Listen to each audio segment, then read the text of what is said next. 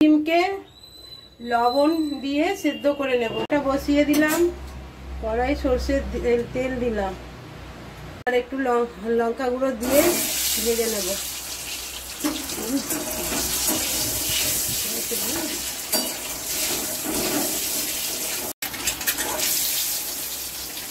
করে তুলে নিলাম।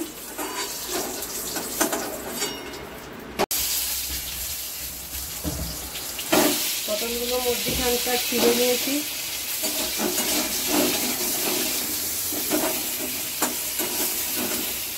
ভাজা হয়ে গেছে, এবার তুলে দেব।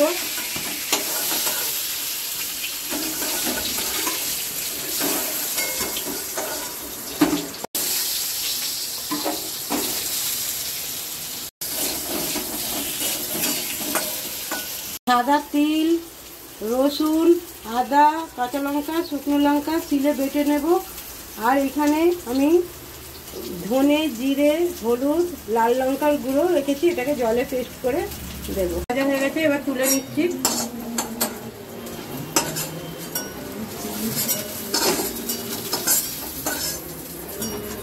এবার অল্প তেল দেব।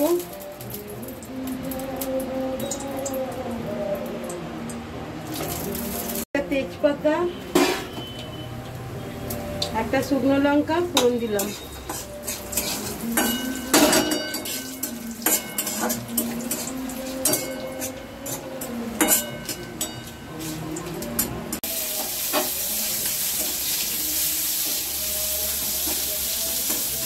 এবার ভাজা হয়ে গেছে, এবার বাটা মশলা দিয়ে দিলাম,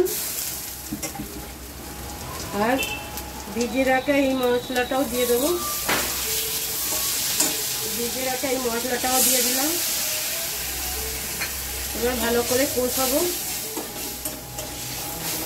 লবণ দিয়ে ডিম, আলু, পটল দিয়ে ভালো করে কষাবো।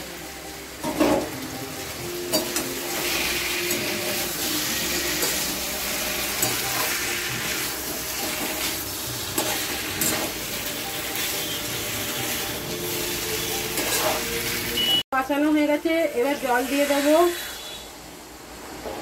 পরিমাণ মতন জল দিয়ে দেবো।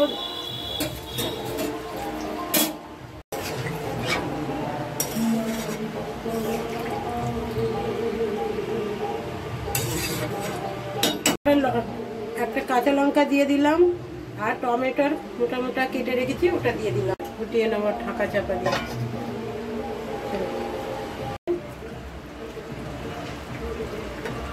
পটল আলু সব সেদ্ধ হয়ে গেছে, এবার দুটো কাঁচা লঙ্কা দিয়ে দেবো, অল্প ঘি দিয়ে দেবো।